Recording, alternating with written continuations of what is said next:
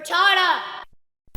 You know what really amazes me is how Nintendo fans cannot fight back against Nintendo, and yet entire government entities like Brazil, or artists that make fan art, or other game studios like Pocket Pair don't piss their pants at the mere mention of sticking it to Nintendo. But the average Nintendo fan is concerned that if they do, Nintendo will take everything away from them, so they keep their mouths closed because Mario number 3000 matters a lot more to them. I shit you not, I have seen entire Nintendo forums and threads where the fans suggest that if they stand up to Nintendo, it might reflect poorly in Nintendo sales and they won't get the games they want. And that could hurt Nintendo, and if Nintendo is hurt, that will hurt them. My recommendation for every single one of those Nintendo guys would be to go and attend a Scott Steiner mathematics quiz. And he should be able to give them a rundown of why they shouldn't factor themselves into that equation and rather let Nintendo suffer for a bit. The numbers don't lie, fat ass. Because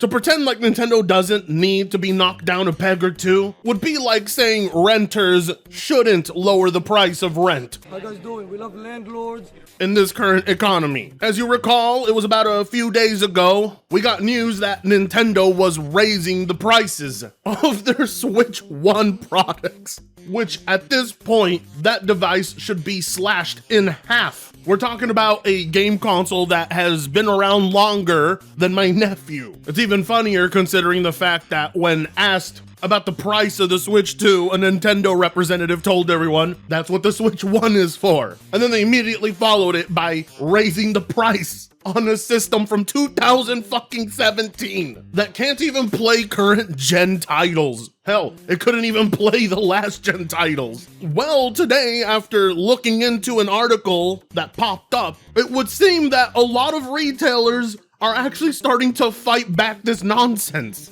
Now, don't get it twisted. It's not like retailers are looking out for you. Retailers are looking out for themselves, but in this case, it's beneficial to both parties. Nintendo Switch OLED is somehow $100 off at Walmart after price increases. Oh no.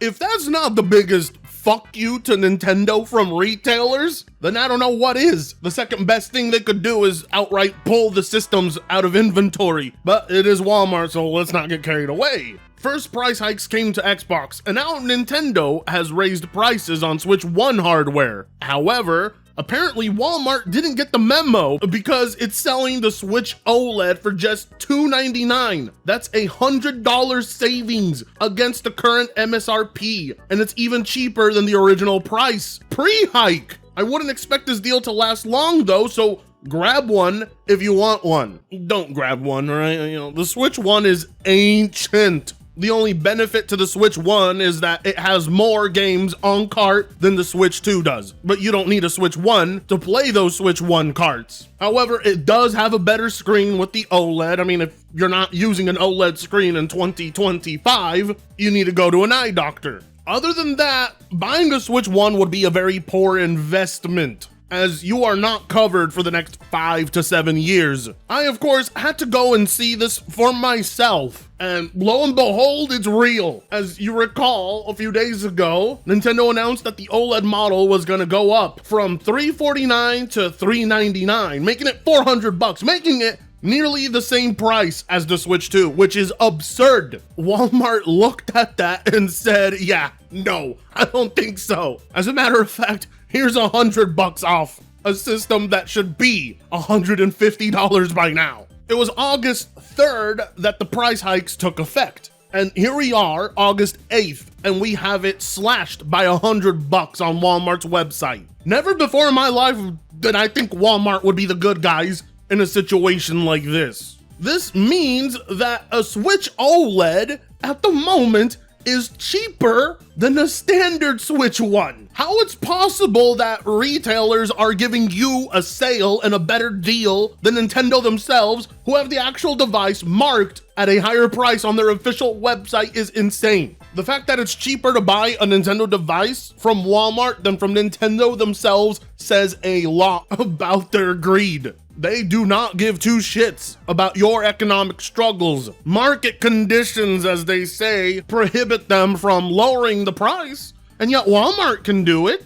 Why is that? Well, Fred, I mean, you know, it could just be a Walmart thing. Well, never mind your piss poor excuse, because now if we go over to Amazon, we can see that there's also some price cuts there as well. You see, if you go over there to their page, the Switch 1, standard Switch 1, is not marked up the way Nintendo had marked it up at their price hike. A standard Switch is $299 there, where it's supposed to be $339.99 right now after the price hike from Nintendo, which means Amazon is also selling it to you cheaper than Nintendo. As we can see here, if we click it, the listed price of $339 is slashed, which means just like Walmart, Amazon is fighting back this bullshit. Well, not just that, but if we look at other third-party sellers on Amazon, it's even more ridiculous because there is a Switch OLED being sold by eStarland, making it even cheaper. Now, look at this bullshit. Let's go to Nintendo's website, and it's the complete opposite. Switch OLED model there, $400 fucking.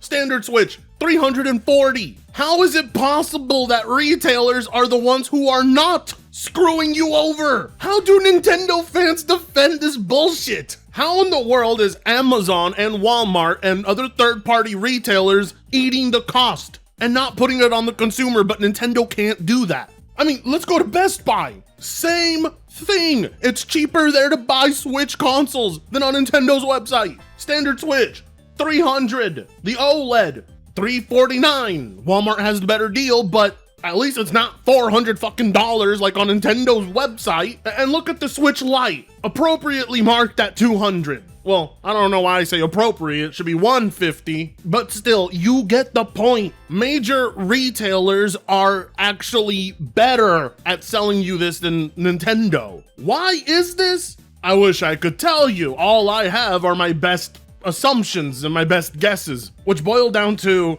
retailers know the marked up price is not going to reflect in sales. And instead of doing what Nintendo asked, they did the opposite. They gave consumers a better deal because when you want to sell more of your inventory, you have to give people incentive. The incentive being a price cut. See, this honestly reflects a story from a few months back that I never got a chance to report, but seeing Amazon rebel against Nintendo here, I really do think lends credence to this old story. You see, Nintendo and Amazon were butting heads during the Switch 2 launch, where its availability, including games, the system itself, and other accessories, were very limited. Some were outright being pulled from the store. And why was this? That was because Nintendo had a disagreement with Amazon regarding third-party sellers. Because Amazon was reportedly selling games from unauthorized third-party sellers, which led to Nintendo pulling the products from the site because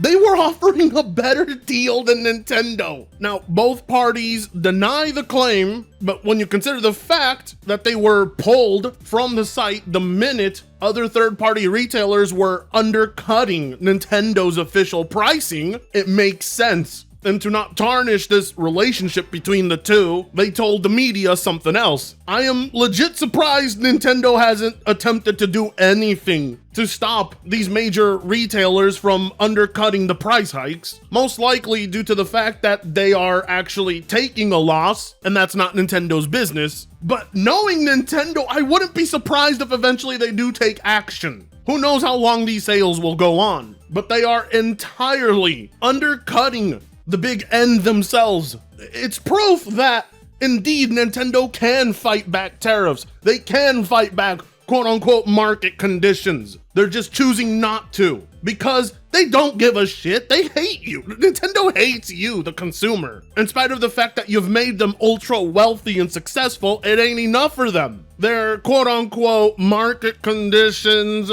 variable pricing, all that bullshit is an excuse. A direct excuse to mark up the price so that they don't ever have to eat the cost. They expect you to do that. And retailers said no. I mean, just look at GameStop. GameStop of all websites. Even they are selling the Switch 1 at its original price of $300 instead of the $349 marked up by Nintendo. It's almost as if retailers understand what Nintendo doesn't, and that is you can't mark up the price of 8-year-old hardware and expect it to fly off shelves. That's not how you sell ancient hardware. Never before in anyone's life have we seen 8-year-old last-gen consoles go up in price. Not even current gen. This is the only generation we have ever seen this or witnessed it. And that's because Nintendo thinks you're stupid. Which, I mean, you know, if you bought into this ecosystem, you kinda are, sorry to tell you, but there's no easy way of saying it. The fact that Nintendo told you it's the only way, we're gonna have to raise it, tariffs, market conditions, whatnot, retailers prove that's not the case. Retailers prove the marked up price is completely made by choice. There are multiple ways to combat this. Nintendo just chooses not to because they don't respect you enough as a consumer. Right now, their stocks are at an all-time high. They are riding the wave of success. And if they want that market cap to continue going up, you gotta pay more so they can impress all their shareholders. The fact that Nintendo is the most expensive to purchase their own hardware from is a fucking joke. It shouldn't even be that way. They should be the ones offering the best deals possible. And if you're a stupid consumer who doesn't look elsewhere, you're never gonna see this. You're never gonna realize how much you're getting screwed over. Instead, these guys opt for believing in what Nintendo says about tariffs and all that crap. The wall of defense that these guys put up when the news was announced about price hikes was insane. It's proof that they can indeed combat tariffs. They just don't want to. And instead, they all focused all of their energy towards the Orange Man so that they wouldn't have to criticize their precious Nintendo, who was just doing what they had to do because of goddamn Trump. Meanwhile, you don't see Walmart or Best Buy or GameStop even complaining. You just see them doing what they're supposed to do, and that's slash the prices and offer consumers the best deal, creating incentive to purchase. Unfortunately, price is never a matter of discussion for Nintendo guys. And that's what creates this bloated market where you get games like Mario Kart that look 10 years outdated, but they mark it up to $80. Because what are Nintendo fans gonna do about it? Nothing. Yet if Outer Worlds 2 is marked at 80, everybody will boycott that and ensure the price gets bumped back down. But they won't do that to Nintendo, as if Nintendo games are supposed to be so much better, when in reality Mario Kart World is fucking mid. Of every single game I have ever seen in my life, I've never seen one that is a blatant ripoff like this title. In short, tariffs are an excuse. Market conditions are an excuse. You're being scammed. Like, comment, share, and subscribe if you so choose to. On the road to 200K subs. And with that being said, I'll see you in the next video. Free Congo sucks ass.